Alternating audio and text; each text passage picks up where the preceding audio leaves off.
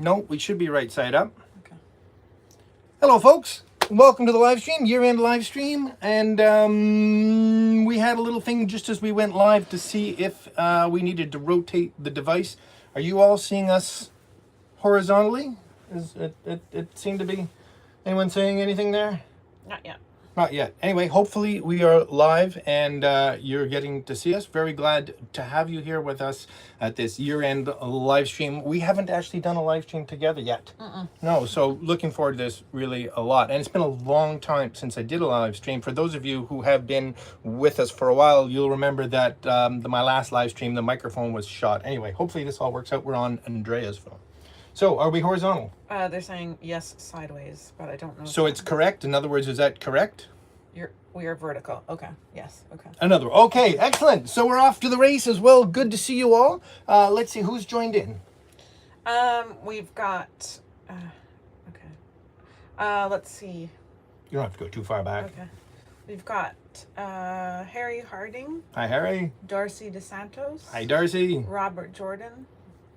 Fred. Fred doesn't have a last name on here. Hey, Fred. Scott. And Ollie is there as well. Yeah. Oh, the picture is sideways. Okay, we are sideways. So it's incorrect? Yes, we're wrong. It's wrong. Yeah.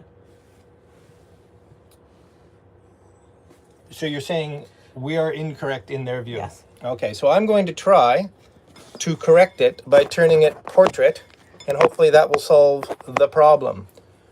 You want to turn it right side up? Okay, now if we sit really close to each other, has that solved the problem? Upside down. Yay. Yes. Or there's a big swell. Hi from okay. I guess the question, you can read everything here that comes there. Oh, okay. Just curious to see if we are now upright the way you expect to see us. Unfortunately, it is portrait, but that seems to be the nature of YouTube streaming these days. Okay, perfect. We're good. We're good? Excellent. We thought we were good already, but at least now we're upright the right way. And as I said, very good for you all to be here. So I thought a little bit of review on what's been going on for us. For those of you who've been watching, you'll have a pretty good idea, but it's been a very, very, very busy year. Of course, we started the year working on Geordie in the shed and living here on Pome, and we got an awful lot of work actually done on Geordie. People ask about, you know, hey, when are you going to get back to Geordie? But actually we spent most of this year working on Geordie and all that stuff on the roof with the swoops, for those of you who've been following along. Lots went on, of course, a lot of foredeck went on. So a lot of the really grunt work for Geordie's topside, minus, not topsides, but cabin tops, minus the actual fiberglassing has been done. Of course, as we went through the summer, we went cruising and we enjoyed some time and some work on Pome and Zephyrus. And now we're back full steam, working on Geordie again over at Fisherman's Wharf, which is just a 15-minute walk from here. For those of you who can see over my shoulder, if I risk turning this a little bit, you can see the Empress Hotel behind us. We are downtown Victoria. Really, it's a lovely, lovely spot. Any questions coming along? I don't have any questions yet. Okay, well, hello to all of you, but I see lots of stuff coming in and people saying hi. Final, I'm not sure, Final says it was really nice to see Zephyrus get fixed and completed. Yes, Zephyrus is in fabulous shape now. Pretty much a complete boat, only needing annual maintenance. And for those of you who've been following along, you know that wooden boats need a lot of work to get them to that point. But once they're there, I don't believe wooden boats are that much more maintenance than any other kind of boat. Yes, a touch up on the varnish, a touch up on the paint, mechanical stuff, but all that stuff's the same for every boat. We still have to do a haul out every 3 years, probably every 2, just for extra, you know, checking it, bottom paint, stuff like that. It's the same as any other boat. And that's pretty much where Zephyrus is now. What's that big yellow thing?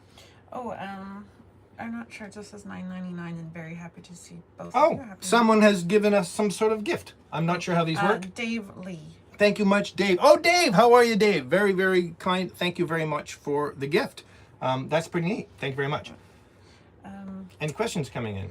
Let's see. Give us your worst. Yeah. So 936 Any Street says the guitar story was amazing. Oh, well, thank you very much. Thank you. That was sort of a last minute thing when I realized it was the anniversary of my dad's death. And it reminded me that I very rarely play that guitar. Now, I do have two guitars, both of which were gifts from my father. The guitar I play mostly is a different a Guild. And I'll show you both guitars in the future. And in fact, the Guild has a very interesting story as well, as many musical instruments do, especially ones that have been around a while. Anyway, thank you very much for the kind words about the story. Maybe I'll do more stories. Should I do more stories? Because I have a few. Yeah, let us know. Yeah, let us know. Any other questions? Yes, so Build the Dream. Our retirement boat project, Old Wooden Boats, are a passion for some, you obviously. How do you keep up the enthusiasm and stay motivated? Good question. I think I stay motivated just because I truly love it. I mean, when you have a passion for something, it rewards itself. It continues to feed on your own enthusiasm. So it's not difficult to stay motivated. I don't find it is. The difficulties I have as a YouTuber has nothing to do with the boats, or rarely has to do with the boats. It really has to do with the show, and always having to get a show out every week, which is also very hard, Andrea, because by the time Friday comes around, I'm usually pretty stressed. And then times of the year when the show doesn't do all that well is hard on me, and it's just the nature of it, but it's still very, very rewarding. I think also it's got to do with making interesting content, because not everything is exactly that interesting. I know there's a lot of loyal fans out there, but sometimes That's right. Like, there's got to be big, kind of more boring projects. Exactly. The truth is, there's lots to do that we don't film because it's just small time maintenance stuff that it just isn't worth, sharing. But it is all fun. We should pay very close attention if any of these big yellow things come by to thank everyone who's sending them. That's the same one you're Is saying. it? Oh, okay. Yeah. I see it keeps it down in the thread. Yeah. Very good. And Peter Nesbitt asks, Peter, how are you coping without the beer of the week? That's a great question. How are we coping without the beer of the week? Fine. Well, for starters, as those of you who've been watching, Andrea doesn't actually drink beer, so we were playing with cider and this and that. I miss it. I miss it for the chance to sort of slow down and have a chat that I believe is more direct to you, more direct to the viewer. Of course, it's a great opportunity to thank anyone who has supported the show in any kind of way. And I'm finding I'm still able to do that throughout the show. I think the beer of the week was a neat idea, and we'll probably we'll do something that's similar, just not every episode. But I do also believe that viewer retention, algorithm stuff, it's really important to have made sure that viewers are watching right to the end of the show. And in fact, we now have got retention increasing at the end of the show. So people really are sticking around for the last few words, and that's really great, and YouTube is going to love that. This is not updating anymore, and I can only see it on there. Okay, so what we need to do is just do a refresh, which is right there. Doop. And that will take us right to the bottom. Oh, okay. A couple more gifts. Is this the one we already did? Yes. Okay, so we can scroll through, and some other people have been very kind. Perfect. All right. Thank you ever so much for those of you who have. Who's this orange here? This is from Mega Riswald. Well, thank you very, very much. Thank That's you. very kind. Appreciate that. And the yellow one below. And that is Brian DIY. I think we know Brian. Okay, Brian. Thanks so much, Brian. I've seen your comments. Thank you. Yeah, super, super kind of you to send them along. And in this new sloop of stuff, any questions? Okay. I've got ATB is asking, how much longer can you stay in Victoria this year? If I remember right, you don't have to leave during busy season. That's very true. We do have to leave at busy season. So we're enjoying what's called the winter program here at the Causeway Marina, which is run by not the city, but it's an arm's length group of the city of Victoria called the Victoria Harbour Authority. So we can stay here from October 1st to the last week of May, not including the last week of May. That's because there's an offshore race here that all the boats all have to be out for all the big racing sailboats to come in. So almost 8 months, and it's very economical because it's the off-peak season. So that works out very, very well. So there's that 4 months, and we'll get into that shortly, what we're going to do for those 4 months. Now, Geordie is at Fisherman's Wharf, which is a year-round moorage. It's 12 months a year. We can be there all the time. But we do trade that off with Lady Zephyrus and MV Zephyrus. So it's very likely that MV Zephyrus will be at Fisherman's Wharf in that slip for the summer months when she can't be here. I hope that answers your question in a long-winded way. What else do we got? Okay, so, well, people are asking for a work shanty. Sorry, a song. A song? Yeah, they want some music. That's the okay, feedback so we're we'll... getting. Guitar and singing of the week, David Lee photo. Okay. Thank you. Yeah, maybe. I mean, I've always thought I would do that, but I am a mediocre guitar player and singer. But anyway, we'll see what we can do. The refresh is that one there, right, yeah. the little swirly. And hopefully that'll bring you back to where we're caught up. But a little sea shanty here and there, that would be fun. It'd really be fun.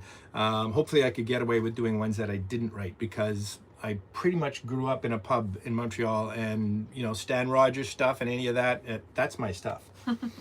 What else we got? How's the truck? The truck. From Kai. Yeah, From Kai. Hi, Kai.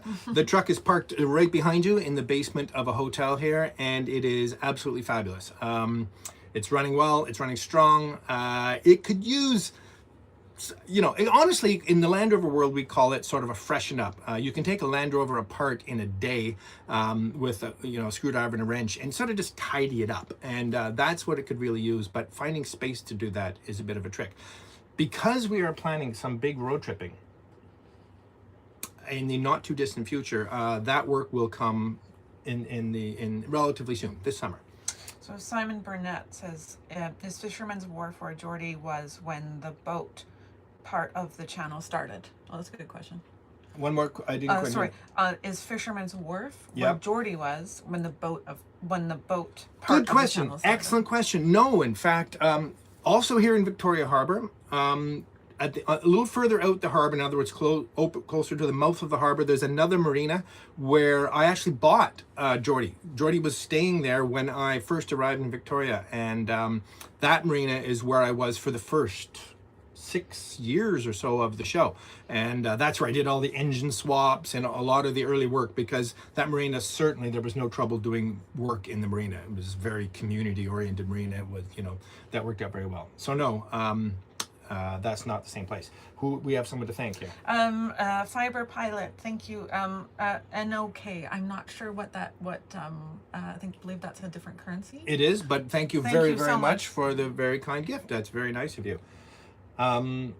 Interestingly enough, there have been many people asking why I don't seem to be taking Geordie up the gorge. In other words, if those of you who've been watching for a while know that when I was to do noisy work, certainly in this marina, I would take the boat up the gorge up to where there's a provincial park or a city park and do the work. Well, at Fisherman's Wharf, it's a working marina. You can make a little more noise there. I can certainly use a circular saw inside or a drill. I don't think I would do extended noisy work, especially outside, but it's a great compromise. And I haven't had yet this year any kind of work that I would need to go up the gorge. Yeah. What's coming up? David Lee let us know that it's the Norwegian kroner. So thank you. Well, thank you Fiber very Pilot. much. Thank you from Really. hello to Norway. Yeah, thank you very much. That's very nice. 98 Euclid, preferred battery-based electrical tool brand. Makita. Did you see that coming? Yeah. Makita. I imagine if I'd had a handful of Milwaukee tools, I might feel differently about that. I understand that there are people very, very devoted to them. I just never got up to that level of about electric hand tools. I've been using Makita a long time. I've always loved the weight, the balance, just everything about them I'm very, very happy with. So yes, Makita. I think Leo is also a Makita guy, isn't he? I think he is, anyway. What else we have?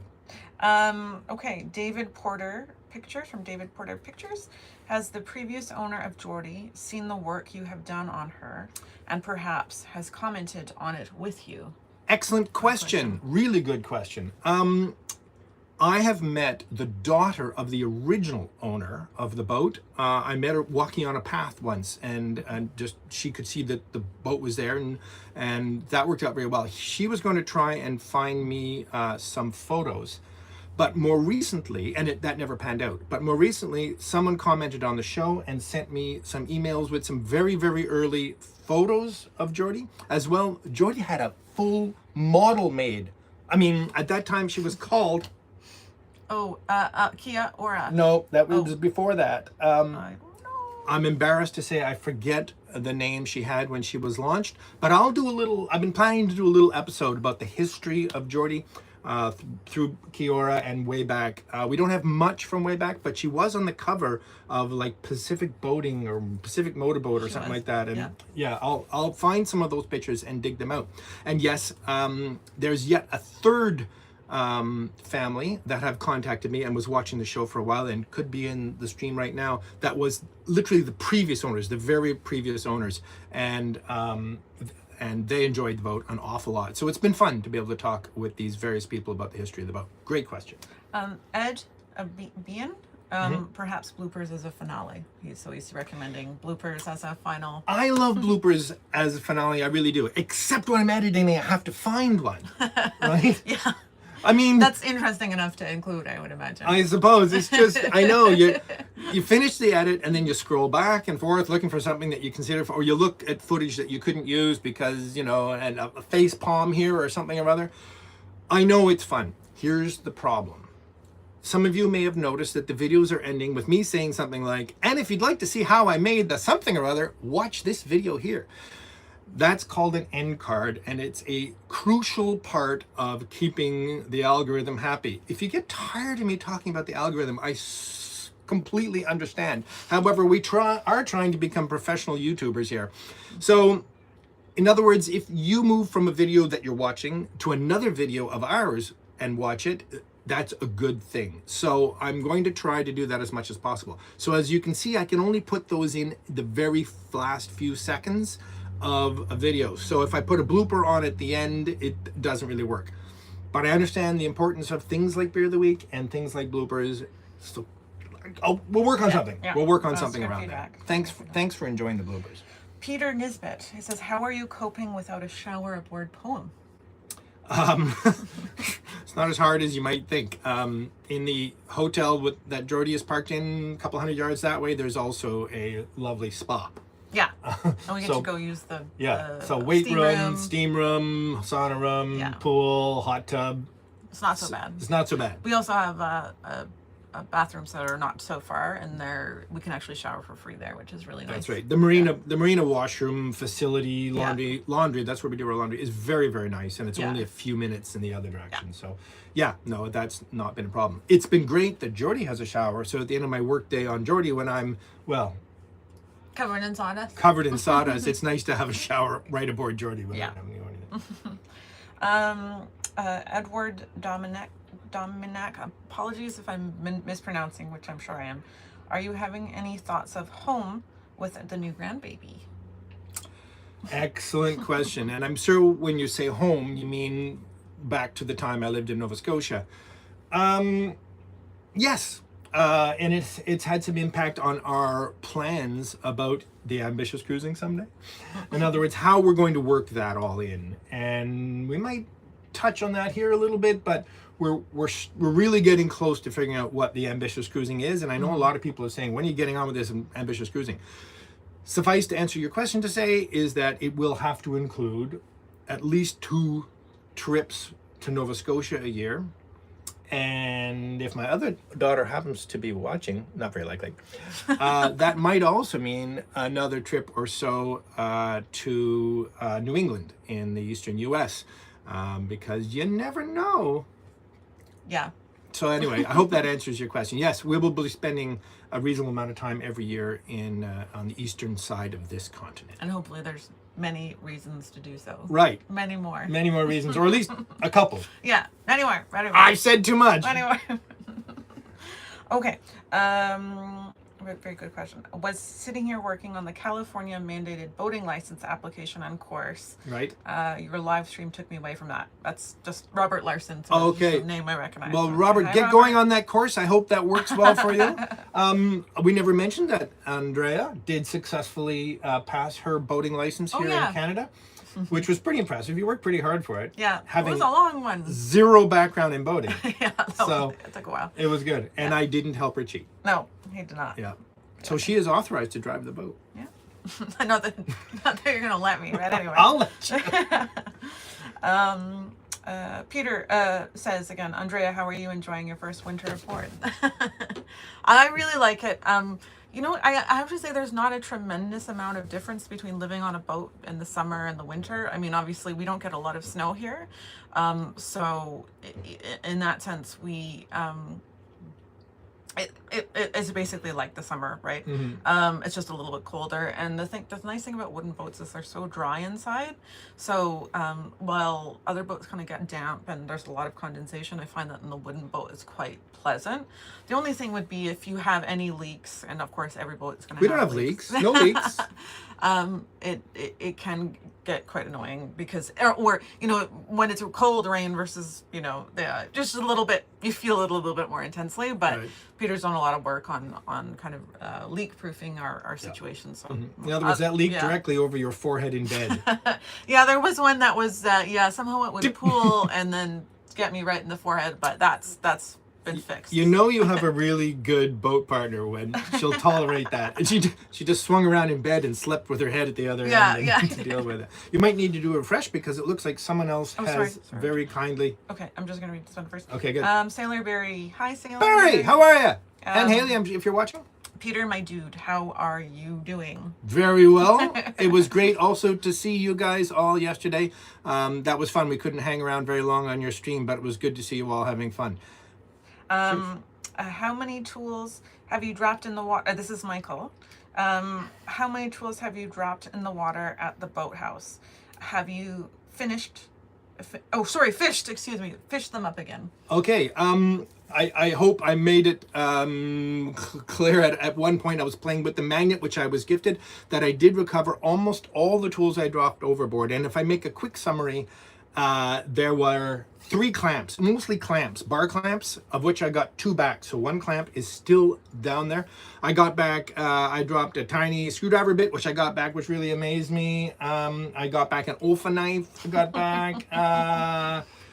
I think that's about all I dropped. Well, there's all the gun, oh my gosh, a caulking gun. And I got that back. That was the most stressful. Oh yeah, especially because I needed it. It's one of the big ones for caulking the foredeck. That was very stressful. So really, I got everything back. The magnet is amazing and a lot of fun because as you lift it up and down in the silt, you can feel it go click. Yeah. and then suddenly it's heavy and you pull it up and it's quite rewarding, to tell you the truth. It says, David Lee Photo mentioned he likes your sponsor videos. Are more coming up? Thank you very much for mentioning that. Some of you may have noticed I'm doing sponsor videos, but I'm not doing them within the episode, which is how it's pretty much the standard for boating channels, or perhaps everyone on YouTube, to put a big block of advertising in the middle. And honestly, I hate those. So what I'm doing completely separate videos, still under the same channel. Of course, no one will be billed for them. They won't, it's not, the Patreon doesn't bill for it or anything. I mention it briefly in the main channel, and that way that video gets to stand alone. It means the thumbnail shows the actual product, stuff like that, and advertisers or promoters seem to be happy with it. We have had a lot of interest in doing more promotions. So yes, I think the answer is we will do more of those, and I'm very happy with the format.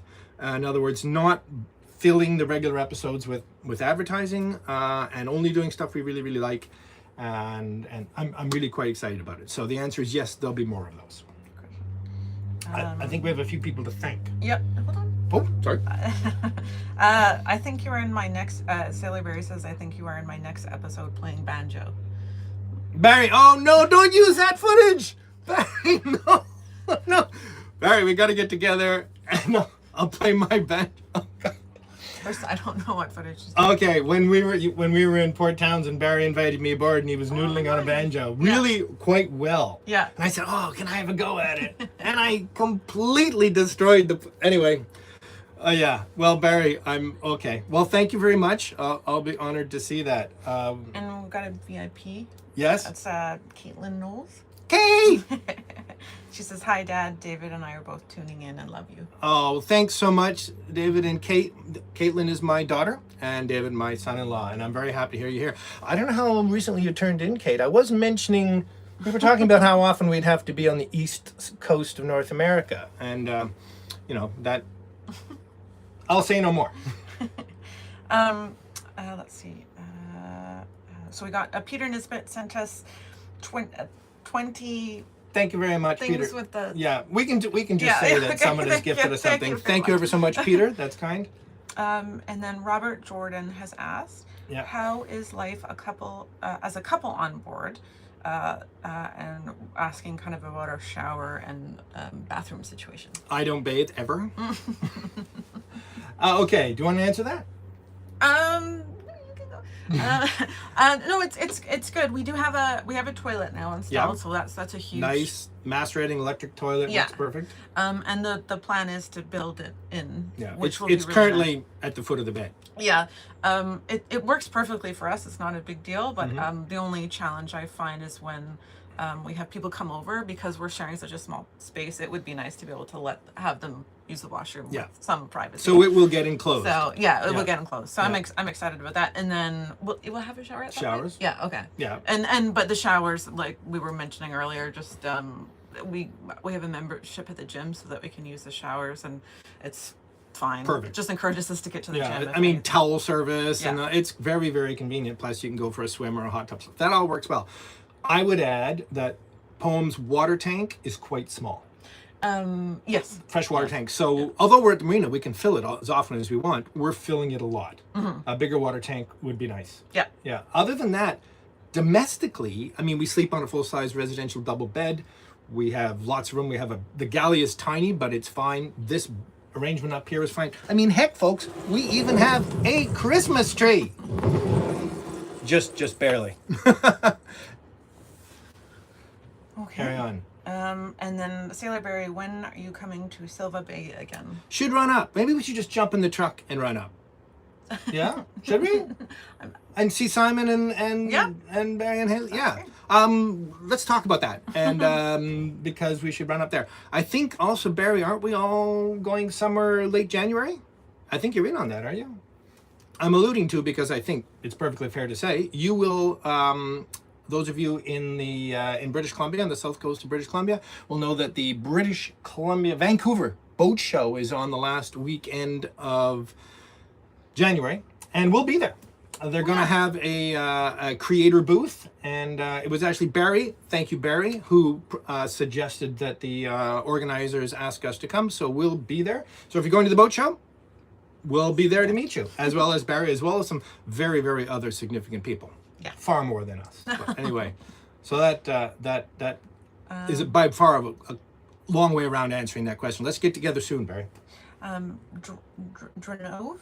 Mm-hmm. Hi, we see you comment Yeah. on a weekly basis. It's Nice to great. see you. Thank you. I really enjoy watching the technical stuff, even when it's fitting a toilet. That's good. So I guess you got to see that. I'm delighted that the beer of the week has gone, and I don't have to fast forward to the end of the video. Keep up the great work. See, there's a good example that the beer of the week really didn't work. And in fact, 2/3 of the general viewers didn't watch the beer of the week. So I think we did the right thing, but time will tell. And I think, was that also some generosity associated with that? So Well, thank you very much. very much for your gift as well. Fabulous. We've got greetings from Sweden. Hi, Sweden. Hi, Sweden. He says, this is a good question. Did you ever pick up anything with the magnet that was unexpected, not a tool? Yes, a couple things. One of those wire frames that goes in a pot to hold roses from falling over. I don't know why I even know what that is, but I hauled one of those out, and I hauled out a lot of fasteners, a lot of little screws and nails and stuff that people have just randomly thrown over the side over the years. But that's about it. Nothing interesting. Okay, so Building the Dream, our retirement boat project, says, this is Rick at MV Shikon? Oh, yes, you can. Hi, how are you? He's building a boat. He's building a boat. Perfect. Okay. Yeah. Every time Loria and I watch you make something, such as today's door frames, we almost always say at the same time, "He makes it look so easy." Well, thank you, thank you very much. I guess I've made a lot of door frames over time. But yeah, it is a lot of fun. Rick, you're doing some fabulous work there as well, and I've seen the stuff you're doing with sapele. So it's our favorite wood, is it not? I hope so. Oh, there's a good question. Draka Bandit asks, "Hey, how far behind are the videos to the actual rebuild?" Seconds. We are a real-time show. Yeah. In other words, those of you who are not crew members will have just seen the episode where I've completely lost track. I'm finishing up the overheads and putting some ceiling in on the inside of the cabin. Those of you who are in the crew, Patreon or otherwise, have just seen me build new mahogany surround and stuff like that. Well, I did that on Friday. Can you just say bye to Kate? She's going to have dinner. Kate, goodbye. See you, bye. See you, David.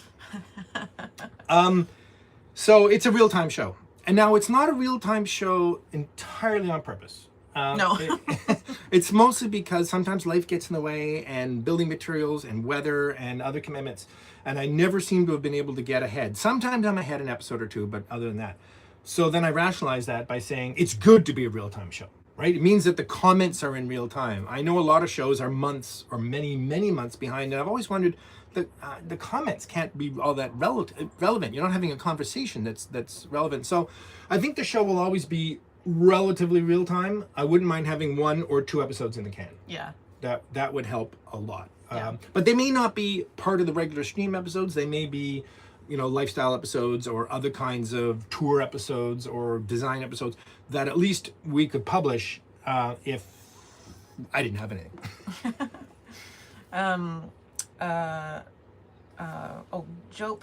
Joop van Lunenburg. That's funny because it's Lunenburg. Yeah. That's where Peter used to live. Yeah. Good day, evening from the Netherlands. Loved the show for years. Keep on going. Thank you very much. Thanks, Joop. Went someone from Woodville, Alabama. Been a while, but so he says hello. And Steve Reynolds says, "I think people are staying to the very end of the show to see if you are having if you have the short after show piece that you used to do. We miss it." So there's someone that misses again the blooper. Yeah. Or maybe he's talking about the beer of the week. I suspect you don't mean the beer of the week. Well, yeah. I don't know. If you want to clarify that, we've lost the beer of the week and we've lost the bloopers, which was after the very closing. The boat going by and Geordie on the boat. So both are gone for now. The bloopers may come back. In one way or another, I hope that you continue to enjoy the show. Perfect. Okay. So thank you to I am Chris L. Thank you very much. You are Chris L. Yeah, and he's got a question for us as well. I've noticed that Leo and Tally-Ho have been in your area. Have you had the chance to meet him and the crew? Yes and no. We met Leo right here, 100 yards from here, 100 feet from here, while he was here for the Victoria Boat Festival. And Andrea will tell you that I did fanboy a little. A little bit. I did not expect it. I hear this voice from behind me. Is that Peter? And I turn around and it's freaking Leo, So I did just a little bit, I was kind of, but he was very, very sweet, very kind, very, very nice. But then more to your question, because he's in the neighborhood, no, I have not seen him. I hear that he's in the neighborhood, but he hasn't been here in this marina. I know he was up in Sydney for a while. I think he's in the Gulf Islands, but I have not yet had a chance to see him. Okay. Davy Porter Pictures asks, "Tell us about the source of these wonderful blues flavored music, used on the show. Also, you are quite an accomplished music editor. The cues always end on a good transition." Oh, well, thank you. I actually really enjoy that part of the montages where the music, I do enjoy that. The music almost all comes from a service that we buy a subscription for called Epidemic Sound. I think most YouTubers or create content creators would be familiar with it. Although their blues library is microscopic compared to, say, their electronic dance music or their hip hop or their so there's an awful lot of music on there you'll never hear on this show. But Andrea has mentioned that you're not a huge fan of blues.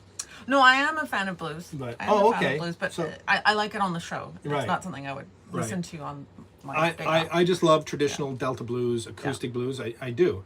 It's that I love Celtic music. I love old American folk. I love 70s rock. But the show definitely, I'm grateful for that block of blues that's out there that seems to work somehow with sanding and cutting and all that. Okay, it says it's disconnected, so I'm not sure how. Okay, well then you'll just have to go right to there and a refresh. Oh, I pressed the wrong thing. It's okay. Did it refresh? Yes. Good. Yeah, sorry You may about have that. to- you may have to zoom again to see at a reasonable level. Okay. All this technology, of course, we use the iPad here. Well, I used to, because I can't possibly read what's scrolling by on the phone over there, and it goes by so fast you can't keep track of it. So I'm very grateful that you've been doing this for me. No problem. Any other questions? Sorry. Maybe while a few queue up, I'll talk a little bit about what we're planning to do this year. As you can imagine, we're living aboard Poem here at the Causeway, downtown Victoria, and I'm working every day over on Geordie at Fisherman's Wharf. It's nearby, and I'll be finishing up the folksel, trying to get that as far along as possible. We will be doing some work that actually is for Poem. I'm going to give Andrea a proper dresser, very much like the one I made for Lady Zephyrus, as well as some other sort of just comfort things. So living aboard is a little easier over here. But Geordie will be ready to roll come summer. And I think we're going to take both boats to Vancouver for a good chunk of the summer. Geordie needs a haul out. So to deal with that garbage plank I never did, and some more refastening and some more reframing. And I'm hoping to do that at the marina at Granville Island in Vancouver in Falls Creek, partly because I just like it there. It's a nice place to be, of the market. I mean, it's a great base. You're not off in the boonies somewhere. And partly because Poem could stay on anchor in Falls Creek while that's happening, and we could live aboard Poem and work aboard Geordie. That's the plan, and then spend the rest of the summer cruising the Sunshine Coast, which is the south coast of British Columbia, perhaps with both boats, perhaps not quite sure how we can do that, and get the other work that we need done. Basically, fiberglass tops on both boats. Yeah. Both boats need new fiberglassing on the cabin tops, and that's sort of the big project for the summer. And then we'll return here and have another winter here very much like this one. And that's all I got. Any questions? Yeah, so Simon Burnett asks, can I ask a question about the ambitious cruising someday? There's a lot of talk about trawlers being the ideal fit for the Great Loop. Yep. How do you think Geordie will suit the Great Loop? I think Geordie is a perfect boat for the Great Loop. It's low enough for any of the bridges. It's comfortable. It's an adequate boat for the kind of weather you're likely to see on the loop. There would be sections of it, depending on where you went and how you came up the Intercoastal Waterway, that would be a bit ambitious for Geordie, but you just pick your weather window.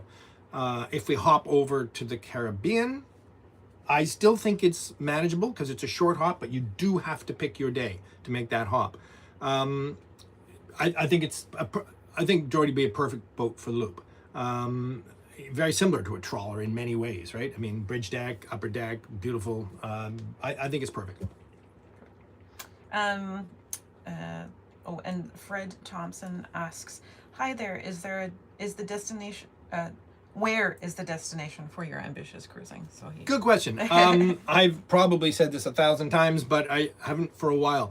The ambitious cruising is initially trucking Geordie across from Vancouver to Thunder Bay, which is the westernmost port in Canada. Anyway, there may be better options in the US, but anyway, and then cruising through the Great Lakes, down to Chicago, down the Mississippi to do what previously we've just talked about, the Great Loop, and then up the Intercoastal, and then you have a couple of options when you get to New York, up the Hudson River, or stay out on the ocean, go up to Nova Scotia, which of course for me is tempting.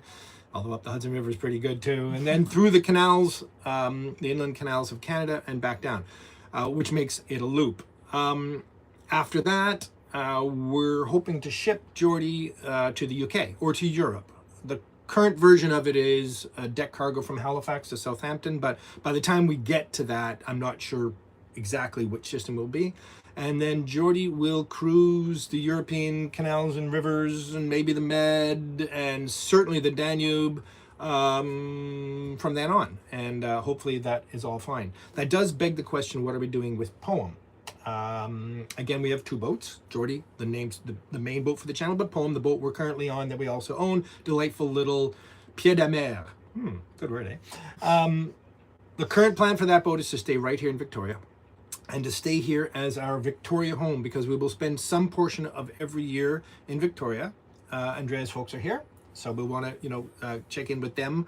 And of course, as I mentioned earlier in the live stream, we'll have to cross over to New England and Nova Scotia at least once or twice a year. So it's sort of a cycle, kind of a Europe, England, North America cycle that we're sort of playing with now. I'm a British citizen, so I can live in the UK, and it'll be easier for you to be there for periods of time. So we're just hammering out all that. Perfect. Hebrides, I just wanted to shout out Hebrides Wooden Boat. Right. Merry Christmas. Merry Christmas, Hebrides. Wow. Happy Hogmanay. I don't know what that means. I don't know what that means. But first one's it's Tunny, Scotland, so I just wanted to Okay. say that. Peter Nesbitt, are you hauling out this year? Looking forward to watching your sister up those frames in Geordie.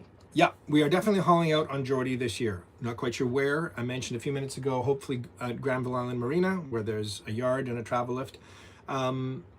If you've been watching long enough, or those of you who haven't, I'll explain that the middle of the boat on Geordie has been all fixed up. Where all the planks can't go the full length of the boat. They're not long enough, so they meet all through the middle of the boat. So I have new butt blocks, new secure for that, a lot of new frames, new garbage planks. But the bow under the forecastle and the stern are yet to be done. So there will be a fair amount of reframing and refastening and new garbage planks, at least in the bow, for Geordie. And so that's the work that's going to happen this summer on Geordie.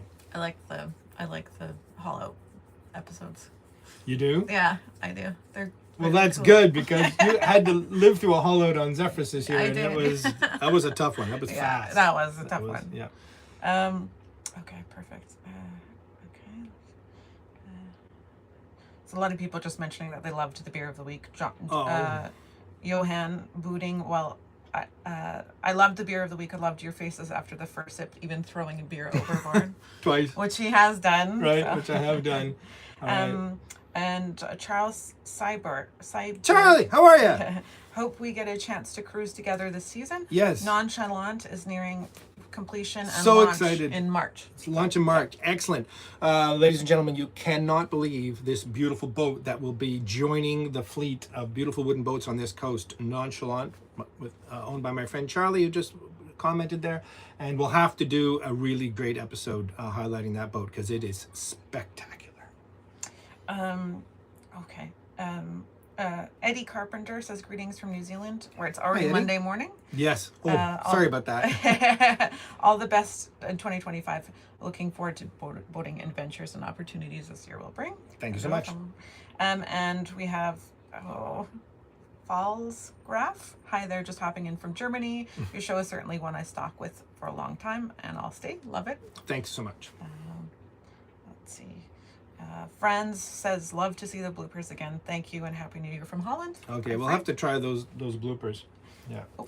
You may need a refresh, Okay, because I sorry. see. No, it's keeping all this technology back and forth is a bit of a trick. I don't know if we missed those two thanks Let's see. way up there. Did we miss Hold on. that one? Nope. Okay. No, I already done it. Goodness. Keeping the technology working is definitely the trick here. What have you got?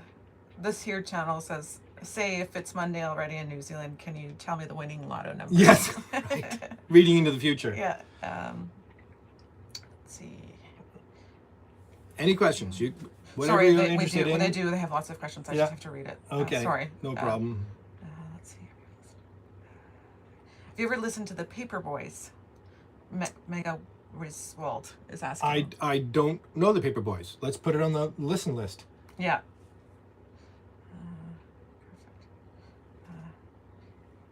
Okay. Sorry. No problem. That's good. Okay. Peter's asking, have you started on the wee motorboat you showed us in the summer? No. And the wee motorboat, which is a little Peterborough in Canada, there was a canoe company called Peterborough, but they started making little motorboats using sort of canoe technique. It's a lovely little thing. I'm not sure what we're going to do with that. As many of you know, we don't have use of the shed anymore. We've sold the shed, or Lady Zephyrs has sold the shed, and we would have fixed the boat up there. So we still have it. It's in storage. It's a lovely boat. If you're interested in looking after a little boat like that, reach out, because it probably is not going to get restored in my hands. I'm suspecting that's the way that's going to go at this point. And Fred Thompson says, have you ever thought about the canals in England? Yes, very much so. As part of the ambitious cruising, most of you will know that Britain is full of canals. A great many of them are only 7 feet wide, so Geordie cannot traverse those canals. So at some point, when I'm old and aged, we'll get a narrowboat, which is the long steel canal boats that run those canals. And there's a lifetime of cruising those canals. If you don't watch YouTube channels about cruising those canals, Cruising the Cut is basically the gold standard for that. Anyway, it's a fantastic life. Perfect. Sailor Barry asked you, when are you going to buy a sailboat? Sailboat? I've done sailing, Barry. I sailed my whole life. I've even lived on a sailboat. I've lived on a sailboat in this harbor, a 21-foot plastic sailboat. Yeah, when you were 14. When I was 14 with my mother. Perfect. No. I love sailing, Barry. Really, really I do. And I'll enjoy sailing on your boat. And Simon's new boat. Or the boat which is now Simon's. Brian Young is asking, why is it called a forecastle? And what is it, if that's the proper spelling? Forecastle, I can't read it here, would be FO'C''SLE. And it is a grouping of forward castle. Now, to be pure, and it's been pointed out to me, a forward castle would be on a really, really old boat where that cabin was actually built on the deck. In other words, above the main deck. Although I think it is quite universal to refer to the forward cabin on any boat today as a forward castle or a forecastle. And I believe it's the only word in the English language with 2 apostrophes, but you can correct me on that if I'm wrong. And we have to say thank you to Paul. Thank you ever so much, Yarros, Paul. thank you so much. We appreciate that. That's very kind of you. Let's see. Oh, M. Van Scoter is boats, but what about vintage float planes? Any vintage float planes in your future? That is super interesting that you say that.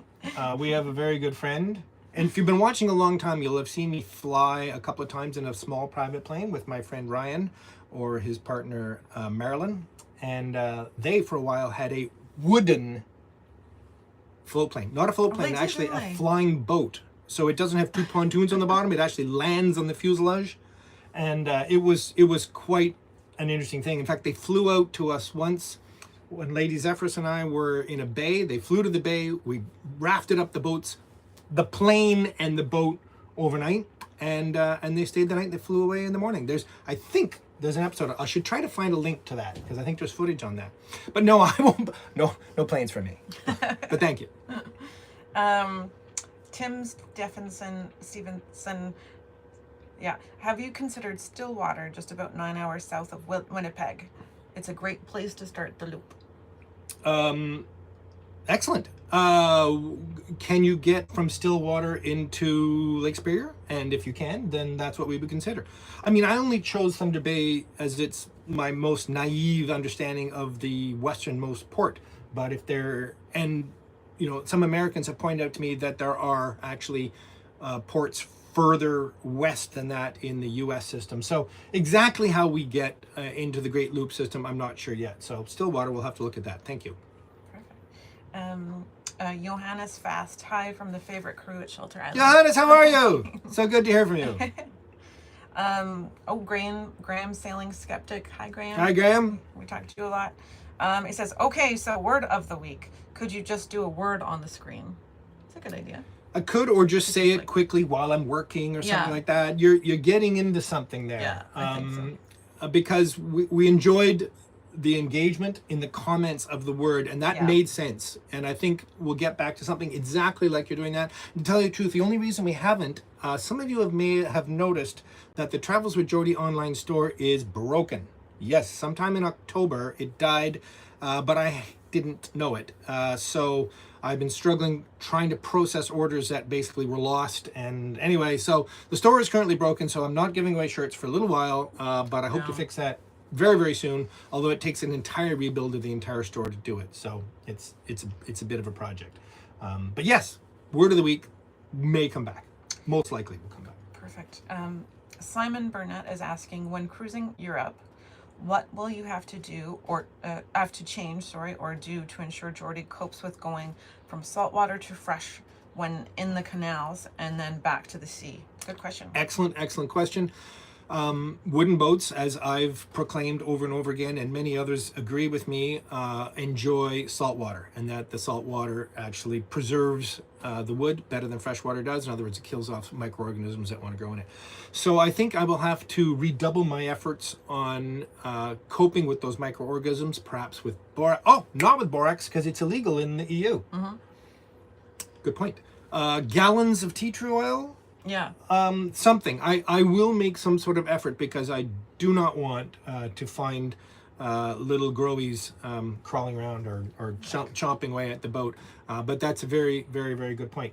Neither of the boats leak much anymore, so it's not that much water is coming in, but still, I'd like that water. I mean, even if I just filled the bilges with rock salt. Yes. Cheap as chips, right? So something. We'll make some sort of effort to help with that. But great question. Thank you. I just wanted to say hi to Dusty Miller. Dusty, how are you? I recognize your name and your comment. It says best wishes for both for 2025. I'm looking forward to your future content. Thanks so much. Well, thank you. Peter Brandt. Hi, Peter. Just a note to say thank you of all the joy you bring. Have a wonderful, peaceful 2025. Peter Nisbet confirmed that Hogmanay is kind of like the beer of the week, but it happens at the end of the year here in Scotland. Excellent. So, okay. I can't wait to participate in some of that. So Dawn is 413. Why did Lady sell the shed? Oh, excellent question. The shed was originally an idea where Lady Zephyrs could have a place to keep her boat during the 4 months that we're not here at the causeway. She has a job, she has to be able to work. She has to be able to go to work. So it sort of made sense, and then I would rent it from her for the remaining months of the year to put one or the other boat in. It made a lot of sense. Certain arrangements with the marina meant that wasn't going to work anymore. And I know there will be tons of speculation what that might be. I'm just not going to go into it. Basically, I won't be doing business with that marina anymore. But anyway, that's all I'm going to say on that. And it made it impossible to use the shed actually at all. So it obviously made sense for Lady Zephyrs to sell it. A shed is a great thing. There's no doubt a shed is a great thing. And, you know, maybe somewhere, somehow, we'll make use of a shed again someday. But there's nothing in the works. Don't worry about it. I kind of like just the brutality of having to work wherever you are. Mind you, the amount of junk on Geordie right now is just overwhelming. Drevnov mentions, if you come to England, I'd recommend the boating festival in Malden, Essex. I won't miss it. Greg Stark asks, how's your lower back doing? Hope you are doing things to protect it and keep yourself healthy and physically fit. Thank you, Greg. Thank you very much, Greg. I know that's high on your agenda. My back is great. I've only ever had 2 or 3 episodes in my entire life of trouble with the back, so I do not have chronic back trouble. As we mentioned earlier in the stream, we're members of a local gym right here, and I am working on those core muscles, and I am quite determined. Yeah? She's suggesting that I'm not...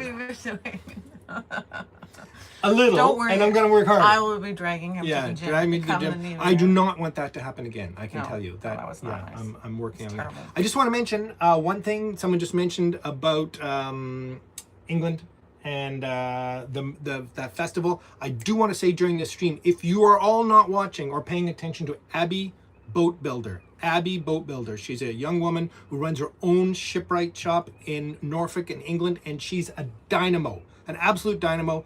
She punches out. She works on wooden boats like a teen can, and she was a guest speaker at the Port Townsend Wooden Boat Festival this year, and she had the entire audience in tears. It's just, her story is fantastic. Her work is fantastic.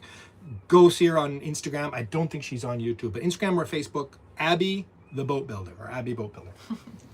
How long, Jan Ches, how long does the porch paint hold up on deck? A few seasons. Do you have a brand that seems to be more flexible than others? That's a great question, and I can't answer it very accurately. When I bought Geordie, the decks had been painted with porch paint, and there were 2 cans of the porch paint sitting in the bilge. I can't read them because there's paint all the way down the sides. I don't know what they are. I've just been using them up to keep the decks in reasonable shape since then. So I apologize. I don't know what paint it is. In terms of longevity, I've kept the decks in reasonable shape, retouching them every 2nd or 3rd year. So in many ways, they're not cracking. They're not, so it's okay. It won't be what I put on when the decks are rebuilt. I'll move on to one of the, the marine paints, most likely Pettit's Easy Epoxy. But porch paint is a fraction of the cost, I can promise you that. Brian Young's just sent us a little Thank you very much, so thank you Brian. so much, Brian. That's very kind nice of you. I appreciate that. Let's see. Mario Faustino says hi from Portugal. Portugal! And Peter Nisbet is asking, are you still planning a wee road trip around Scotland? We are indeed. In fact, we mentioned a little bit earlier that the Land Rover is getting some work probably this spring and summer. And I don't know if it's next fall, but not long after that, we'll ship the truck to Europe to begin kind of a pre-tour of Europe in advance of taking Geordie over. And of course, the islands, Isla is calling. In other words, a Scotch tour. But yes, very much. When possibly a year from now, more likely to.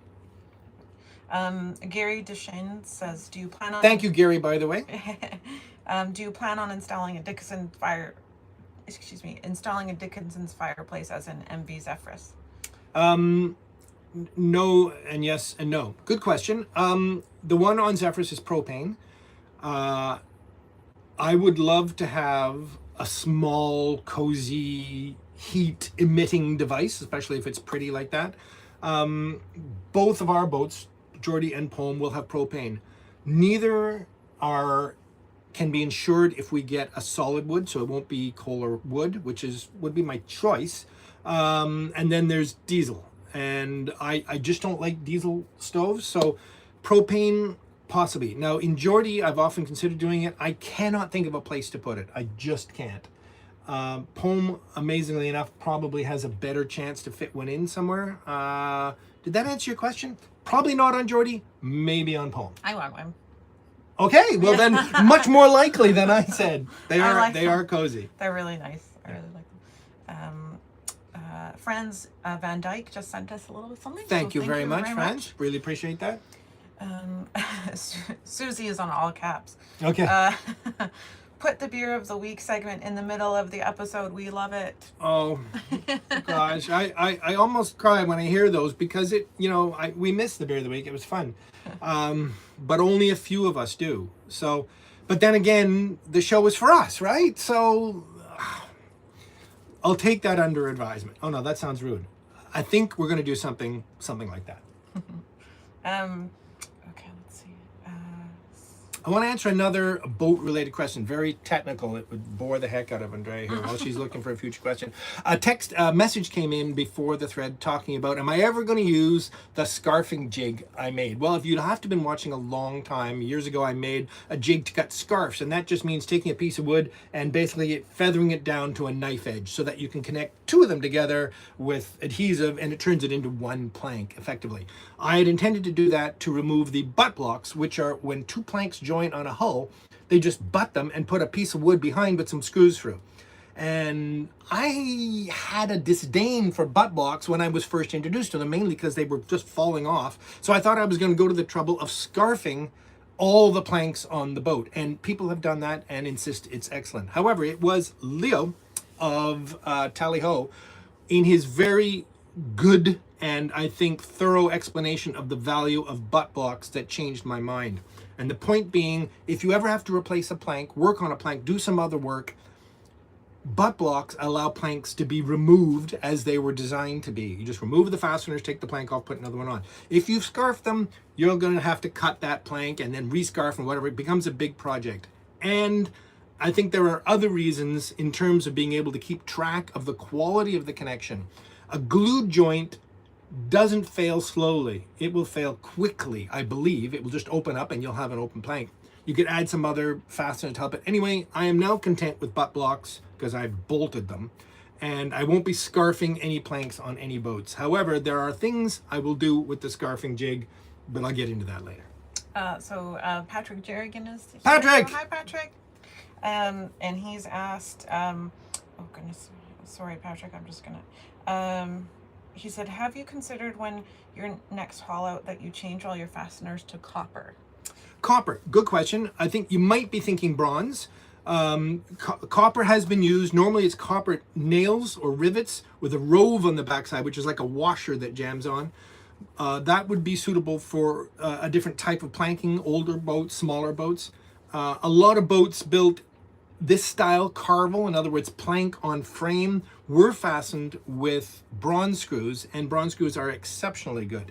The only problem is there's a dark art, a black science around mixing metals, especially underwater on these boats. So if the boat was originally fastened in bronze, you must carry on in bronze. However, this boat was originally fastened in galvanized steel. So the thinking is you must carry on in galvanized steel so that you won't have dissimilar metals fighting each other and causing corrosion to accelerate in the less noble metal, which in this case would be the galvanized steel nails that are already in the boat. So no, there'll be no bronze fasteners in this boat below the waterline. Thankfully, galvanized bronze fasteners are a fraction of the price. Yes, they won't last as long, but the boat is already very old and they're in pretty good shape, except for those butt blocks I talked about. I think we will get very, very happy long-term results sticking with galvanized, hot dip galvanized fasteners. Thanks, Patrick, for the question. It's excellent. JJ, he says, thanks for everything. We watch each episode. We found a thick rope with a floating brass ball on one end and a brass eyelet on the other end. What is it? A thick rope with a floating brass ball on one end and an eyelet on the other end. Floating brass ball on one end and a brass eyelet on the other. What is it? Do you know? I don't know what that is. Okay. I honestly have. Yeah. I don't. Yeah. I don't know what that is. Let's you stumped him. Let's just, yeah, you totally stumped this. Good job, JJ. Send us a picture. Find a picture. Let's. But I'm curious. Yeah. And we've got Rescue Bertram Motor Yacht. Hi, Peter. It's Hill. We spoke before about hiring you to do a CAD and 3D model of Hatteras Motor Yacht, and I'm looking to refit. It would sure help to design if it first and third. Right. And then are you still able to be hired? Thank you very much for that. I apologize for not replying. I think I get quite a few questions like that, and I'm having to reply these days that I can't do design work anymore for a complicated reason. I do all my design work in a software called AutoCAD and all my 3D in a software called 3ds Max, both from the same company. It's what I use my entire career. I have bought version after version after version. The last version I own is 2016, and I cannot get it to run on any of our new computers. I cannot justify the new subscription model of several $1,000s a year for each of them. So I have sort of had to let go of the CAD and 3D part of my life. Yes, there are simpler and even free CAD and 3D softwares. I'm just not necessarily keen. I'm getting into that. So I'm currently not taking design work, but I will try to find your email or send it again. And you know, if it's something you're really interested in, maybe there's some way to do it. But that is why I've not been taking any design or CAD work in the meantime. Sorry. That was long-winded. The Bear Den photographer said the Boat Geeks, who actually said hello. Sorry, I didn't acknowledge them. Sorry, So geeks. hi. Thanks, hi there. geeks. The Boat Geeks have an interview with Abby on YouTube, recorded That's right. on location in Fishery Supply, live at the Wooden Boats Festival stage during. Oh gosh. I don't know why I was doing that either. It's so annoying. Yeah. Anyway, So, technology. Yeah, just someone shouting out Abby. Shout out to the Boat Geeks too. It's a podcast, and in fact, I myself was. In fact, you were there too. Were interviewed and on a podcast on the Boat Geeks. So look it up, YouTube, anywhere else your podcasts happen to be, and true, they did interview Abby as well. Sailor Barry asks, what wood are you using for your sailing planks? Oh, embarrassing. cheap home hardware cedar. The best of the cheap home hardware cedar. So it's cedar, but man, the quality of that stuff has gone down so far since I've been buying that wood for 30 years for various projects. And yeah, it's still very expensive, but that's what it is. Just your home hardware, those plastic packs of cedar wainscoting. That's what I'm using. I hope you don't think less of me. Peter says, what side is the steering wheel on in the Landy? Oh, left side. It's a North American import. I got the truck in Nova Scotia. Nova Scotia imported thousands and thousands of Land Rovers. There's way more Land Rovers in Nova Scotia than there are out on this coast. They're everywhere. So the truck I have now is actually a conglomeration of many, many different trucks and parts. And so it's, but it was based on a left-hand drive truck that was a barn find. Yep. Simon Burnett is asking, how do you plan to do the cabin sides on Geordie without a shed? Will it be at haul out? Will you be replacing like for like or making your own modifications, design changes? Good question. This is the question I've been dreading for the entire live stream. The cabin sides must be done on Geordie. It would have been a dream to do it in a boat shed, and shout out to someone who's here today that did offer us shed use and it just wasn't able to make it happen. It will be done. It will be done in Sapele mahogany, which is not the boat was originally built in Honduran mahogany. I actually love Sapele mahogany. I actually find it more attractive. It is not quite as stable. It picks up humidity and it expands slightly more with humidity than Honduran does, but I think it'll be okay if it's well done. Like for like in the sense of design, it will be identical to the wood, to the cabin sides that's on here, with the small exception, if you've been watching for a while, that the forward wheelhouse cabin side will extend into what I call the swoop, this new piece I've built. And if you look at any photos online of Geordie, you'll see that I've photoshopped in how that will work. So it'll look just like it does, for instance, on the title on the home page, that sort of thing. So like for like in that sense. Perfect. Steve Gorsline says, instead of the Boyer of the Week, you can do Cerveza of La Semana. So we just rename it. Yes, we could. Excellent. Yeah, and I mean, because it won't be the beer of the week anymore, we'll probably include more wines, more drinks, more ciders, more, and sort of merge it with the little cooking episodes I used to do. Yeah, the cooking episodes. Because I used to do little cooking episodes, and we'll probably do some more of those. So yeah, something along those lines. And Peter Nisbeth asks, what's the plans for the transom and swim deck on Geordie? Excellent question again. Geordie needs an all new transom. Yes, she does. And a new swim grid. You probably are aware, and viewers, that the transom is in very rough shape. It's missing its door, and I never bothered making another one because I knew I was replacing the transom. And the swim grid is fiberglass. And the swim grid brackets are horrendously shop-made stainless steel, shabby. So all in one go, at a haul out, there will be a new transom, which includes an inner transom. Geordie has an inner transom of yellow cedar planked diagonally to give it strength, and then the outer transom is the mahogany horizontally. So we'll get an all new transom in new yellow cedar and new Sapele mahogany, as well as a new swim grid in, I can't use the T word because the T wood, teak, has just astronomically exploded in cost.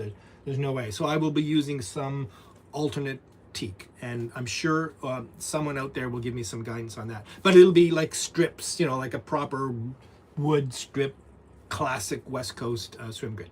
Hope that answered your question. That was a good question. Graham Sailing Skeptic mentioned anchor marker. I think that might be a reference back to the thick rope with eyelet. Oh, interesting. An anchor marker. So that's I'm not sure. Yeah. I believe that's what you're referencing, Graham. Sorry if I've misinterpreted that, but I like that there's maybe a it theory has to out there. do, yeah, because if it has an eyelet at one end, a short rope, and a floating ball, maybe you put it on your anchor line somehow, and you can slide it down, or anyway, I don't know. Interesting point.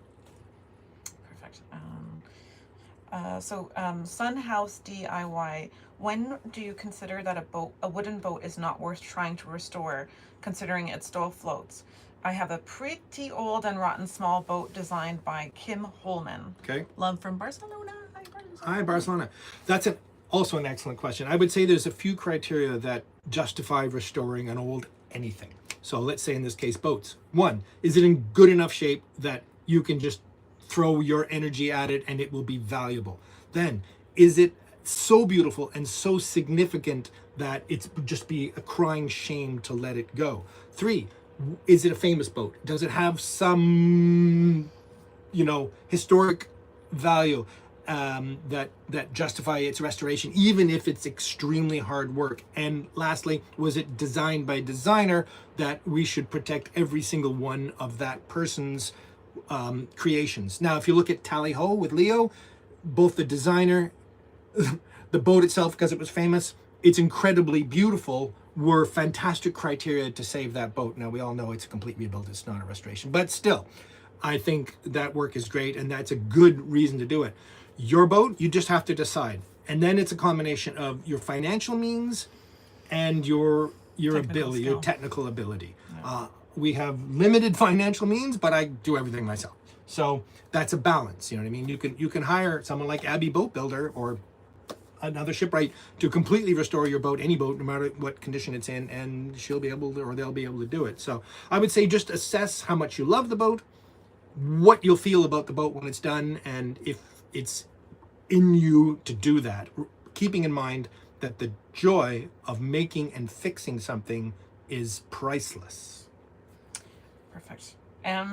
Classic Register is asking, have you had any issues with stray current causing chemical lignification? It's a great word, eh? On any of your boats?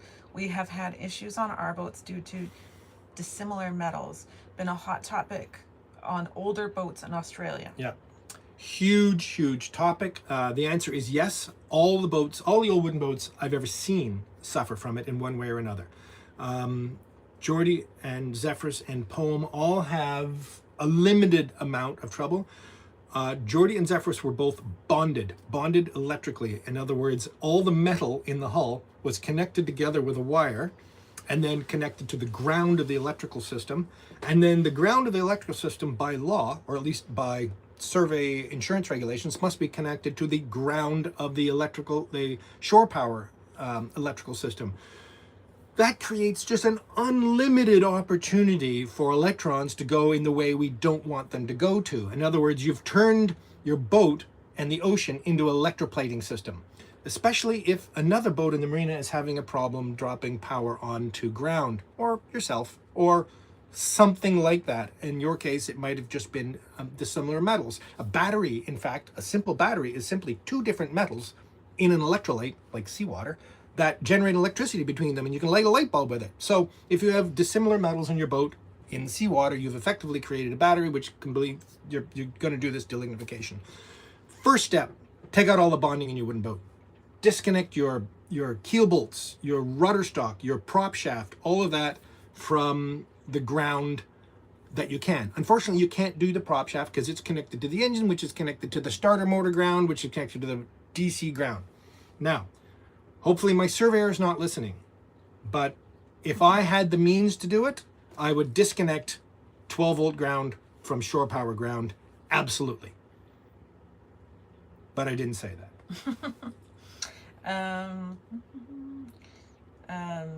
Steve Reynolds was clarifying that he meant the short clips you used to play after the end of each episode.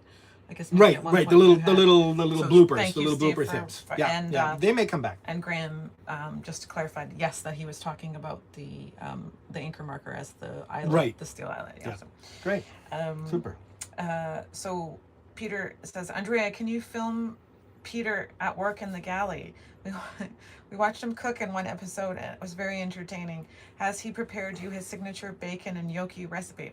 Well, that's news to me that he's been in the galley, because I think since I've been here, I think I've cooked most meals. 99%. He did make his chicken cordon bleu, which Chicken is cordon delicious. bleu, We've had that twice. Yeah. I have not had the bacon and gnocchi, which sounds delicious. Right.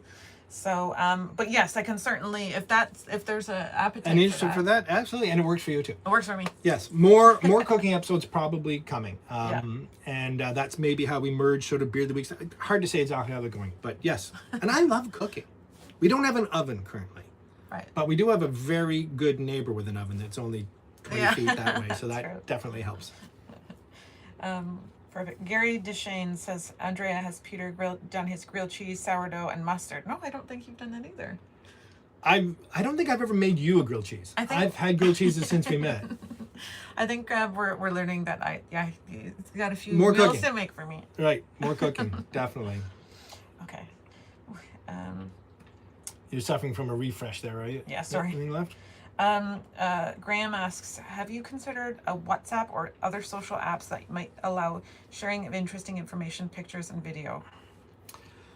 Really tough question. Mm-hmm. Now, I should defer this to the new Director of Digital Marketing for Travels with Geordie, but I will say, and I say with a heavy heart, that I was asked many years ago if I would start what was that chat? Discord. Discord, yeah. And someone set it up for me. Perhaps you're here today, and I apologize that I completely lost track of it, and I only really remembered it even existed a short while ago. So I've been useless at that. Of course, we're on Instagram, we're on Facebook. Maybe a Facebook group is coming, if that's valuable. I'm not much for social media myself. I scroll, but you'll notice I'm not putting much up. So we'll work on that. We definitely want to create an environment where, we can all talk and share stuff and look at pictures. So that's definitely true. It may mean that we just take total control of it and it becomes a chat environment on our own website, travelswithgeordie.com. But something along those lines probably coming. Yeah, I think it's a good idea. Yeah. Okay. Scott Marquette. Good morning from Perth. Hi, from Perth. What is your opinion on deck planking over a new marine ply deck to get the look? Well, deck planking. I mean, but maintenance forever. If in an era when teak was a reasonable price, I would happily have put solid teak decking on all our boats. I love it. I think if it's well maintained, it lasts a long time. If, in other words, and the fasteners were done well and the bungs were done well, or maybe perhaps better vacuum bagged so that there are no bungs, no screws, no fasteners at all. I'm particularly impressed with teak deck systems. The caulking, it's just a brand. And I used it here on Poem, and I've used it on MV Zephyrus. It's a fantastic product. In fact, I think I'm going to use it for all outside ceiling. Traditional plank decks are fantastic. Yellow cedar is a fantastic wood. It's very soft.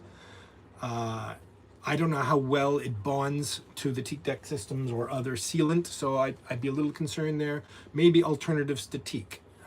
Which there are a few out there. But if we were comparing a teak deck to anything plywood, I would definitely love to see a teak deck go on. But I acknowledge it's more maintenance. Perfect. So, as Simon Burnett asks, Peter, what made you switch from the road to the water? Can you explain the thought process was like? Did you ever have desires to move on to the water prior, or was this a momentary decision or moment decision in the moment? Great question. The answer is yes. I've always wanted to live on the water. I actually lived on a boat in this harbor at the marina where I first bought MV Geordie. for a year or about 6 months when I was 14 years old. My mother and I lived out in Victoria for a year, just by fluke at that time, and I lived on a little sailboat then with my mother. I have boated all my life. Our family has always had, as a child, my parents always had a sailboat of some sort, working up all the way to a Niagara 35, pretty reasonable size, offshore capable sailboat. I love the concept of living aboard all my life. The trick was where. I grew up in Montreal, spent a lot of my time in Nova Scotia. These are seasonal boating only. Montreal, absolutely. You're talking maybe 4 months of the year you can be in the water, and then it's just not possible. There may be hardcore people that are doing it under plastic, but that's not what I was interested in. So to me, it was Europe.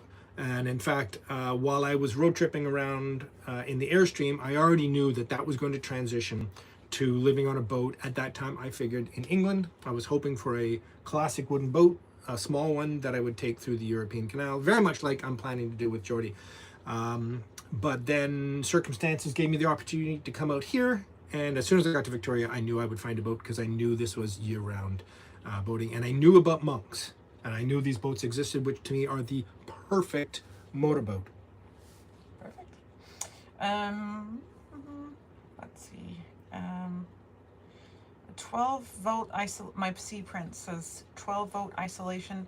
It is easily possible. Also galvanic isolation using 2 diodes and a meter. Yeah, very true. There are. I didn't go into it, and MVC Prince has pointed it out. And anyone with any real knowledge on electrical systems would know that there are isolation transformers. There's other kinds of galvanic isolators. There are a bunch of tricks. I shouldn't say tricks, techniques that will vastly reduce the likelihood of galvanic corrosion in boats. But I figure that's a deep dive, and you can go into that. Perfect. If we're slowing down a little bit, Yep. then we should probably figure out how to wrap this up and say goodbye, because we've been at this a while. What time is it? It is currently 3:21. 3:21. We're way over time. So hopefully we haven't kept you from whatever more important things you'd be doing this afternoon. Thank you for those of you who've stuck around. We should say goodbye. We'll answer any last minute questions that come in case someone is eager to get that last bit of information. Maybe a refresh is what we're looking for here.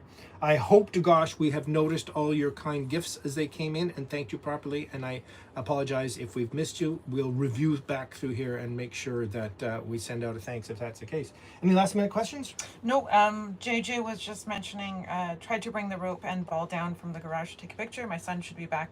It'd be interesting to send us a picture, JJ. Yeah. And we can send us a picture of that, and we'll put it up on the show and ask other people what it is. We can put it up on the blog for YouTube, and then people can comment as well. Yeah. Graham might be able to help us. Help us with that. So to send, anytime you want to send us a picture until we create something else, obviously you can always do it through Instagram. You can do it through Facebook. You can email us at peter@travelswithgeordie.com and include a picture there. So there's lots of ways to send us pictures, and we're always happy to hear from you. Oh, just one. Patrick is asking, Peter, are you planning on putting a full berth as well as a head in the fore cabin of Geordie? And will it be painted a lovely shade of white that you've been using that I would love to have seen? Right. Yes, the forecastle of Geordie actually gets quite a decent berth. It'll be sort of like a V berth because it's to the port side, so it's wider at the aft end than at the foot end, but it's double size wide at the head, so it's almost a double V berth, except you don't crawl in the back, you can come over the side. I think some people call that a alcove berth, as well as the nav station that was there before will be redone, and that will be just lovely. That works out great, and as well as a hanging locker. And it will be painted, the overheads will be painted very much like this in this lovely white. Many of the detailing, the white wainscoting paneling, which on a boat we call ceiling, will be white, but there'll be lots of mahogany accents. The bulkheads will be mahogany. All the trim will be mahogany. And thank you, ATB. We see you comment regularly, and they've sent us a little something. Oh, so well, thank you. very much. That's wonderful. Thank you. We're very grateful. Okay. Very good. So we should say goodbye. So glad to have been able to do this. It's long overdue, and very, very pleased to have you all with us here today.